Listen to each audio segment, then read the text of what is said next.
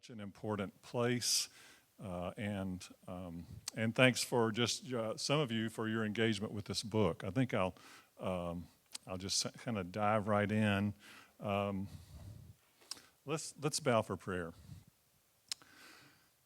Oh God, we thank you for your grace that saves us, for the connection we have with each other, for your image that is implanted in each of us, and for the encouragement, the motivation to grow in love with you and with each other in this life, and in the process to shape this world, to be a world that is on earth as it is in heaven. In Jesus' name we pray. Amen.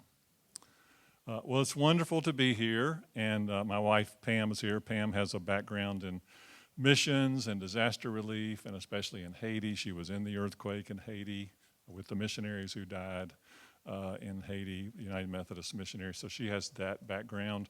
At one time in my life, I was vice president of one of the general boards here, and they were kind of going through some work they needed to do. I was in Charlotte, and it seemed like I was in Nashville all the time. So I was here many times, and Michael Williams actually was the pastor here, and he caught up with me, and so I taught here one time about a book I'd written on intercession. So just grateful to be here. Well, let me just say a few things about the book, and maybe see if you have any questions or anything you would like to say about it. But the genesis of the book was that I had served as the Bishop of Florida for a little over 10 years, and we had an election of new bishops last fall in the Southeast, and therefore potentially some new assignments. At the time, I was serving Western North Carolina and Florida, which doesn't make any sense. They're not contiguous. About 1,700 churches in the two conferences. And I just flew back and forth between Charlotte and Tampa. And I had been in Florida a long time, so we had a strong team there, and I was returning to Western North Carolina. And in the way the church works, there's a group of people who assign bishops to areas, and so you really don't know what that's going to be. They work together, laity and clergy, and they assigned me to Western North Carolina, about which we were thrilled. We loved the people of Florida, but we were thrilled to be back.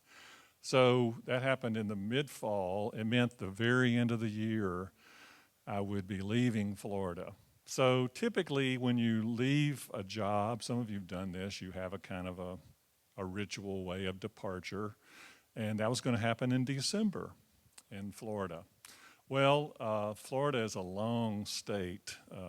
It's like 12 hours, 14 hours drive from north to south, and it was really not possible to get everyone together. And so we had a gathering in Tampa, and it was live streamed. And so the people in the publishing house watched it, and based on what I said, they said, "We'd like you to write a book about this. Can you do it in a month?" Of course, I have a full-time job, so I said, "Yes, I can." So that was Neil Alexander. So in what I shared with them, I was just trying to make sense of where we were. Now, a lot of what I'm going to say has been a journey you've lived as well. So in those 10 years as a conference, we had lived through the murder of Trayvon Martin. I talked to the governor at that time about that one time, whose name was Rick Scott, about the murder of Trayvon Martin. We had a biracial church in Sanford where Trayvon Martin lived, and we worked with that church and with the pastor. We had the murders in the Pulse that happened. We had United Methodist inside the Pulse. It's a mile from First United Methodist Church in Orlando, Florida, a very vital church. We had the murders at Parkland on Ash Wednesday. One of our churches also very close. And So we had those experiences. We had two massive hurricanes. We had Florida as kind of an epicenter for the political life of the nation, and Florida is an exporter of politicians to the rest of the nation. But it all happens there, and everything was very tense. And we had, the denominational conversations around unity and LGBTQ inclusion. And we had kind of lived through all of that, those 10 years together. Just my cards on the table, and I say everything the same way wherever I am.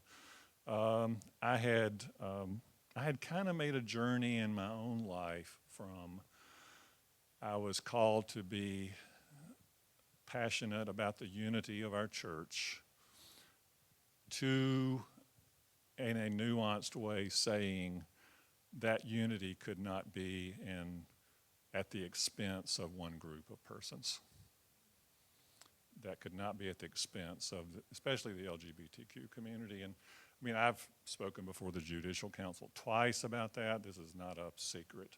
So over time, I both tried to be the bishop of everyone, and I tried to lead us in a direction. And all of this was contextual. And so then, all of a sudden, I'm leaving that area.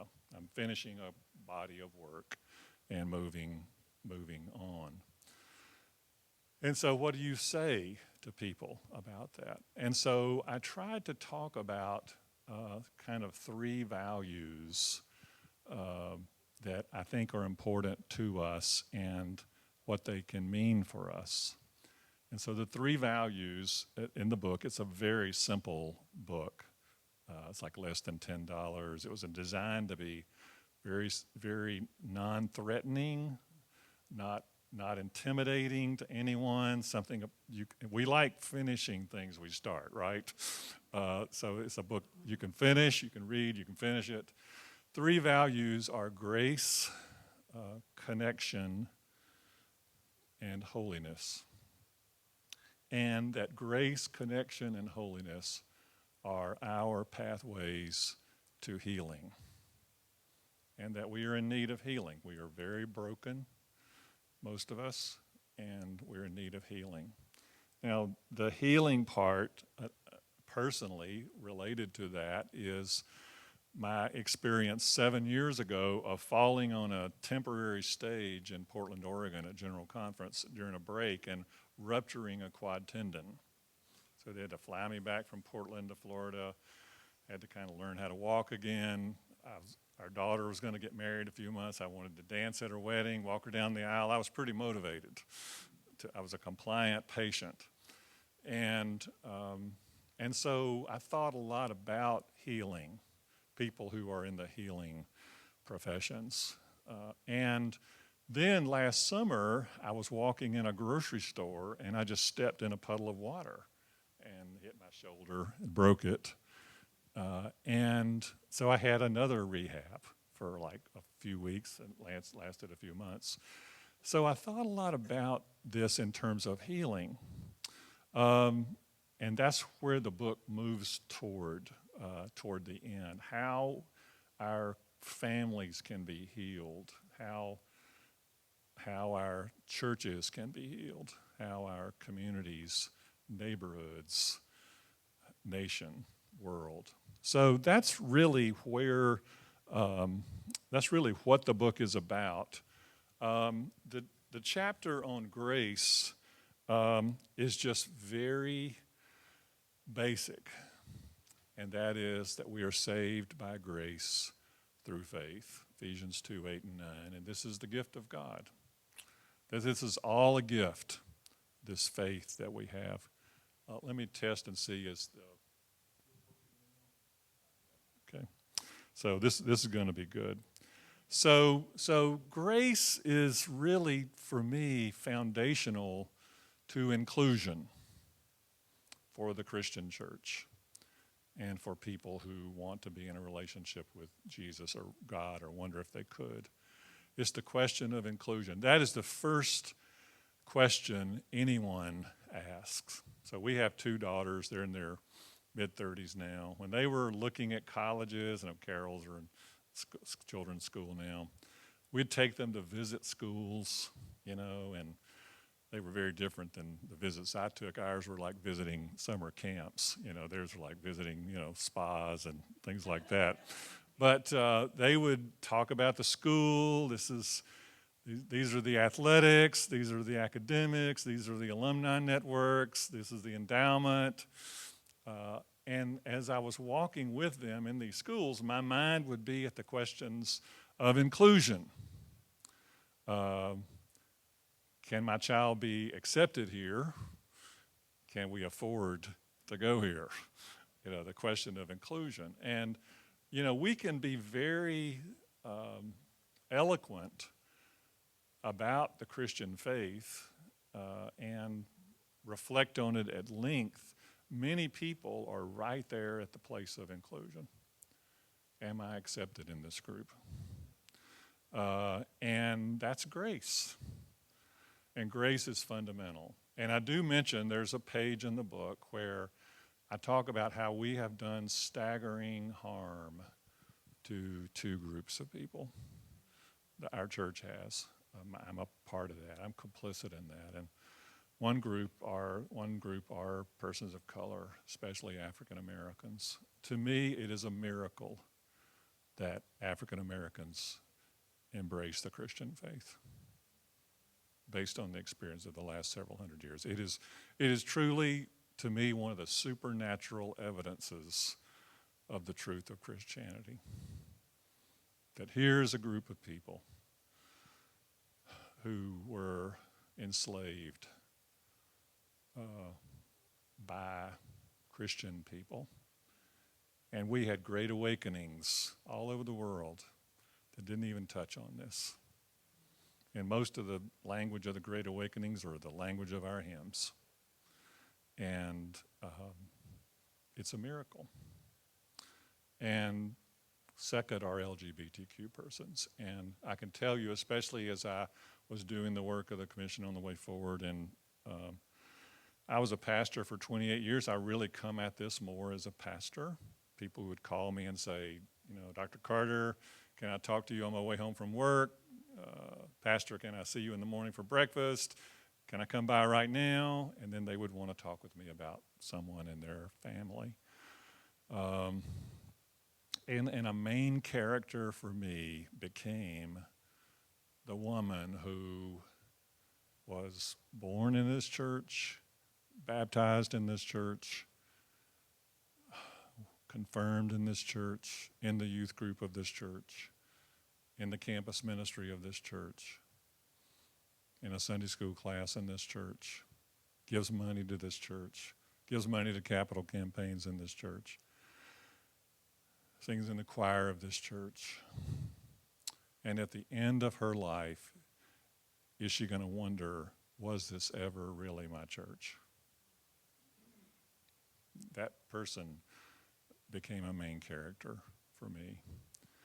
And so we've done staggering harm to these persons. And that's a part of the brokenness, part of our brokenness. The only thing that saves us from that is grace. The grace of Jesus Christ and the cross. And so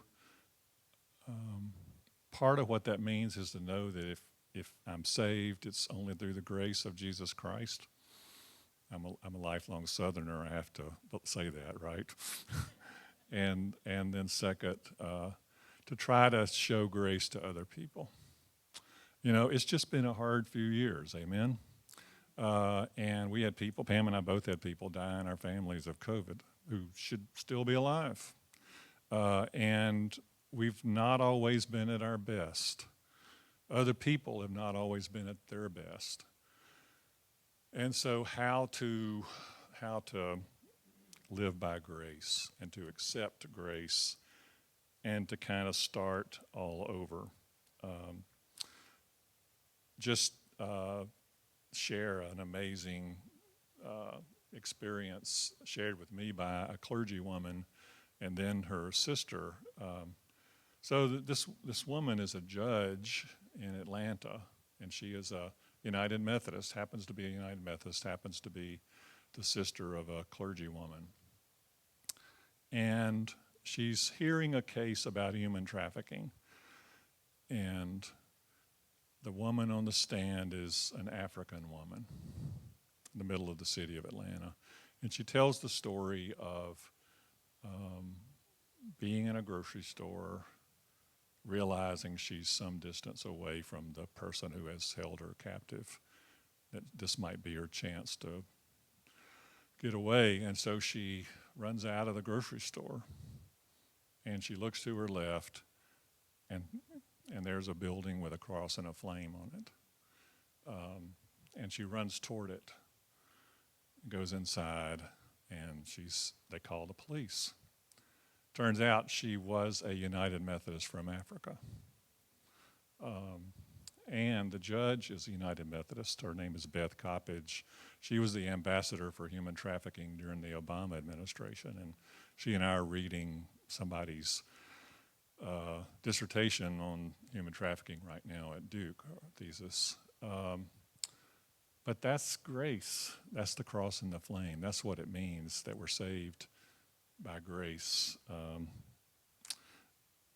And so how can we sort of get back to that? There's a chapter on connection, and I've talked about remembering the body, how we literally remember the body, put it back together again, how we reconnect. And, we are a connection of people. Just being here, it's wonderful to be with you and to get to talk with several of you.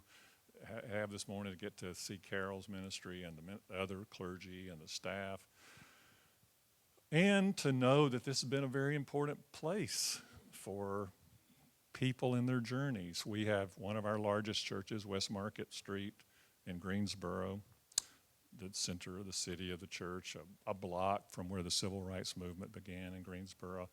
Woman is the staff parish chair named Pam Barrett. And Pam Barrett went to graduate school here. I think her husband went to law school here.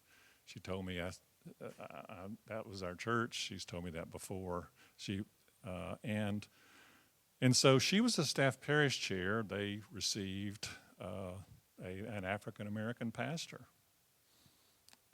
And she chaired the committee, and they said, we are actually open to a person of color or to a woman as our senior leader. And her faith, she couldn't tell her faith journey, right, without this church. That's the connection. We are all connected to each other. We are a connection. We are better together. It's not just a bureaucracy or a franchise. It's just our way of being church. And as I talk about, it's not the only way to be church. And I'm convinced a lot of the disaffiliation, it is about exclusion, but a lot of it's also about the desire for independence. Our way of being church is connectional. When I was a pastor for 28 years, the last church I served, the one in the city of Charlotte, was in a very affluent area of Charlotte. And the bishop at the time said to me, you might be elected a bishop. I think you ought to be open to being a district superintendent. And he was right. That was right for me. So my salary went down by a third. That was something Pam helped, was a wonderful person to be alongside that. And I went to the 7 western counties of North Carolina, all in the area of Appalachia. The lowest per capita income of the conference. But you know what? It had the highest apportionment giving. The people with the least materially gave the most. And a couple of years ago, they were flooded. And I told that story. They had a flood that affected 1,000 people, and a number of people were never found. And so I told that story all over the conference. This is our time to be in connection with them in mutuality. Several of the years I was on a task force here in Nashville, one of the persons I came to know and love was a man named Tom Choi, Reverend Tom Choi, who is the superintendent of Hawaii, a very gifted person.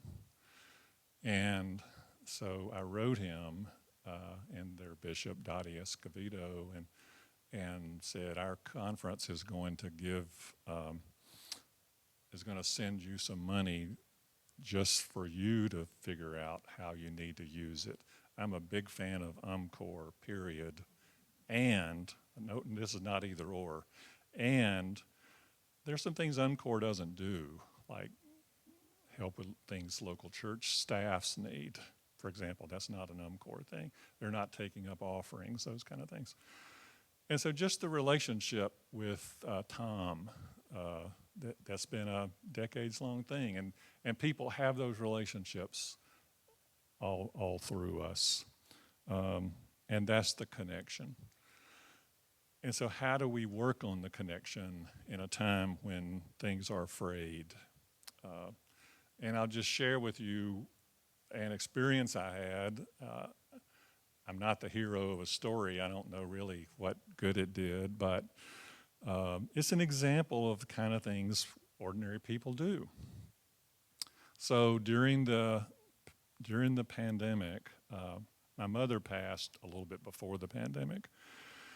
She had a sister, my favorite aunt, who was still alive, and during the pandemic, I went with my sister to see her, and I was able to thank her for her role in our lives, her relationship with my mother, some things her family did for our family that I could look back and see they had done.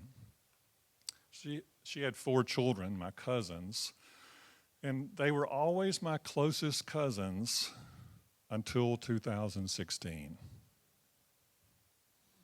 And then the relationship just went quiet. And I think it went quiet because of some things. I don't get on a political grandstand, but it went quiet because of some responses I made to things the president said about women or Haitians. I don't go out of my way looking for these things. They were just things that my silence would have been to me unfaithful. And things just went quiet with my cousins in Georgia. And so I thought, when my Aunt Ann died, I thought, I need to call them. I just need to take an afternoon and call all 4 of them and say, I'm grateful for your mother. I loved her. She was wonderful to our family. You're important to me, and I'm praying for you, and I want us to have a relationship. So I did that with my cousins, Ray, David, Kathy, and Carol. And I don't know what it has led to, but I felt like it was kind of a window that I might not have again to try to peer into. And I have a sense that we've lived through all these things, racial murders, whether to wear a mask or not, COVID, the mental health strain, not being able to celebrate important rituals together. And there's just division within almost every group. And our church is no different. And so one of the audiences for this book was how to live in connection after all of this. Does that make sense? And it's just important, I think, that we try to build the connection, that we search for common ground. That sounds like a cliche, but that we search for ways to be in relationship with each other.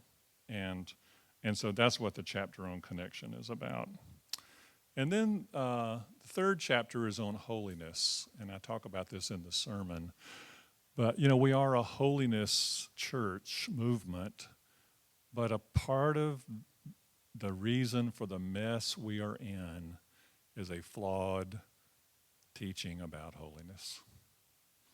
Holiness is not, I'm superior to you, or you to me. Holiness is not, we exclude one group of people, we become more holy. That's certainly not the way Jesus lived, right? I mean, that was not Jesus' understanding of holiness, with lepers, with lots of categories of people. He just crossed those lines. Holiness, and I talk about this in the sermon, is love of God and love of neighbor. That's Wesleyan. And that's teaching after teaching and sermon after sermon of John Wesley, and it's the hymns of Charles Wesley.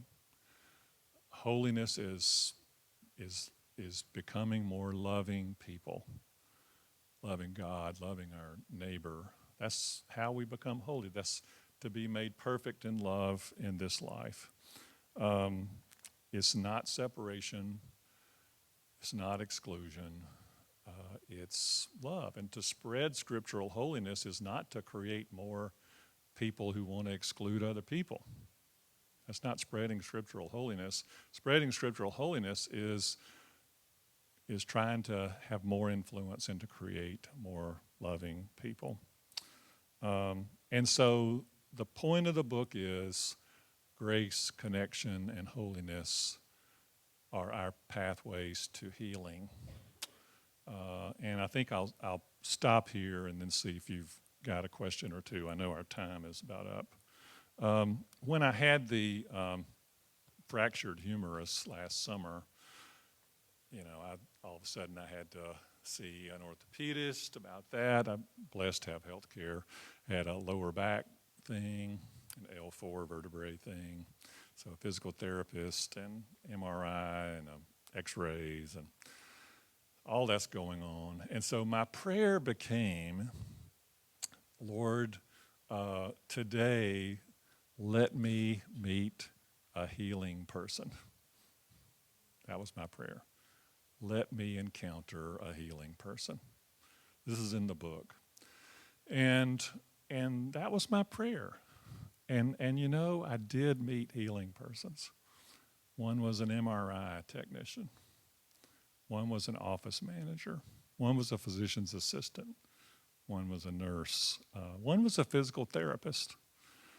I love physical therapists.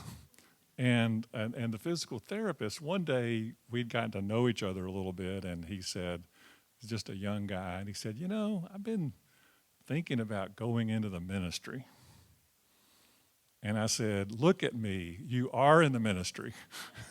You're in the ministry of healing.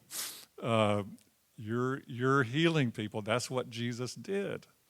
Jesus did three things. He was a preacher, he was a teacher, and he was a healer. And people cared about his preaching and teaching primarily because of his healing. He healed the man who was born blind. He begins to teach about, I'm the light of the world. You're the light of the world. So how can we become healing people? Now, healing is not just a warm, fuzzy idea. It's really not niceness. Because for me to get to a place of being healed, you have to get in alignment, right? And healing does include justice, and it does include mercy and love. But how can we be a healing people? So getting back to a last sentence about how this relates to discipleship. I truly believe that I used to wonder, when can we work through all this and get to the work of being disciples? What I came to believe was, in the season we're living in, this is what it means to be a disciple, to be a reconciler, to be a healer, to be a voice for justice, to cross boundaries, to have uncomfortable situations, to reach out to people who we don't agree with. That's discipleship. This is the season God's given us to live in. It's not an interruption that we hope to get through and then get to normality. There is no normal. This is the time God gives us to live. And it can be a great time to be the church and to be the United Methodist Church. And God's given us these three gifts: grace, connection, and holiness.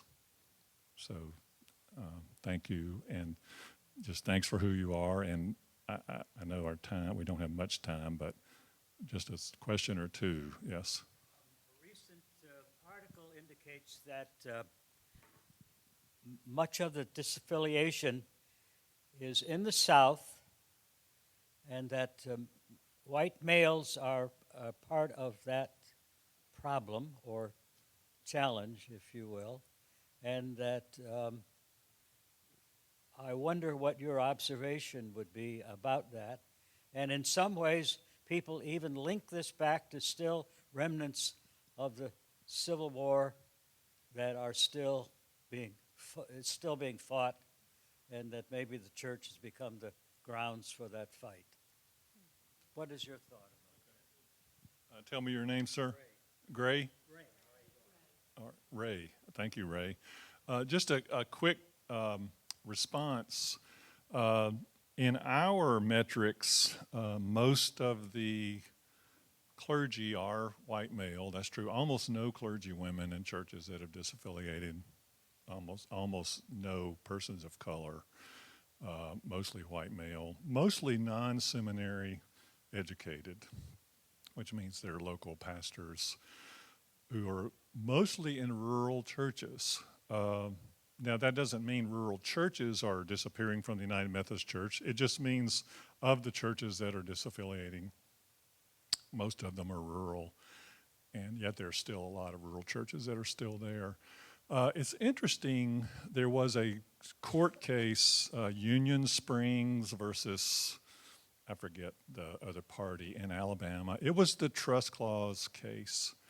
I remember one of my seminary professors talking about it one day in class, and a group went out into the yard of the church and stuck a sign that said Union Springs Southern Methodist Church, and that went through the courts, and they found for the denomination they were opposed to the civil rights language and desegregation of schools, and the denomination's voice in that. I do think that is in the DNA of all of this, of the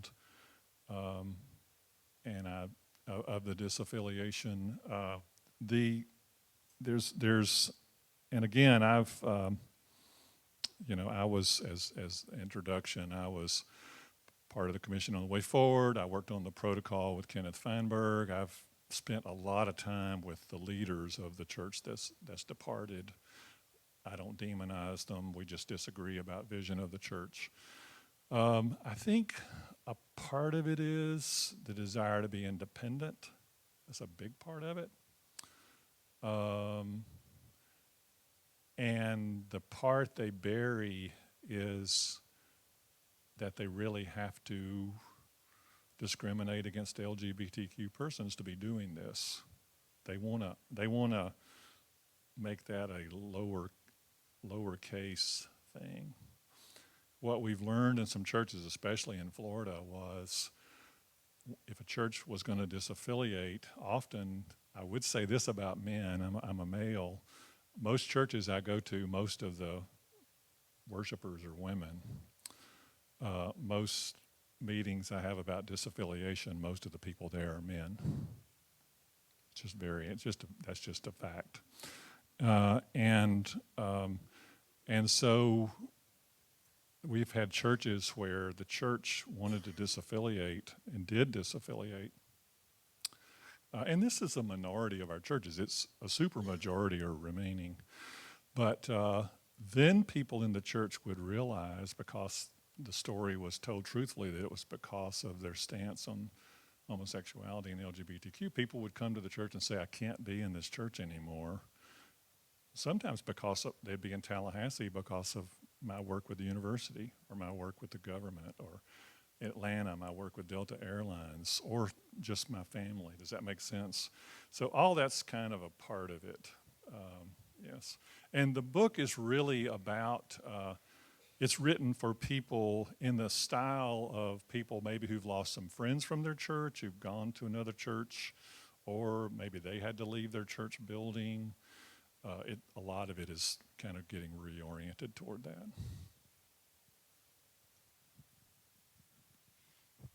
Do you have suggestions for me and whoever else is dealing with this? I have a sort of arrogance of, I'm progressive, I see this way of connection, and yet I'm not really living with differences very well. So I'm wondering if there's some Wesleyan pathways for dealing with my own hubris. Well, and I think we're all there, if we're honest. Yeah, you know, I think Wesley, the Catholic spirit that Wesley wrote about, if we cannot think alike, can we love alike? We are going to have differences. What seems to be different is how violent things have become, and how to be nonviolent, and so that's kind of a part of it. I mean, again, our time is running out, but I could share with you a couple of experiences where people who I would just assume to be living in a very different world did something that was extraordinarily grace-filled. And so how we can just find some point of connection and affirm something that like that. There's someone who said, what we feed grows. And how we can find a point of connection and build a relationship, and at the same time say, this is who I am, this is what I believe. And you know, I've tried to in this role center the voices of people I think have been harmed. Like when we make appointments, when we do things, and yet I've tried to stay in relationship with people who might not agree with all of that. And it's not a perfect art, but I think how do we do what you just said with joy, and how do we try to want to stay in relationship with people? And maybe what Wesley would go on to say is, let us join hands and do the work of God. You know, how can we find ways to be in mission together? The fact is, we are becoming more and more siloed, kind of in every way, all the media we watch and the things we read. And I've done a lot of work in Northern Ireland. That's another story for another day, but that's been very instructive in how they really have two completely different narratives of everything. And we're on that pathway to that. So, yeah. Oh, I wish we could stay and continue the conversation, but some of us haven't been to worship yet, and you have a wonderful word to hear in worship. So let's just take a moment to thank and praise God for the gifts that Bishop Carter has brought to our midst. Thank you.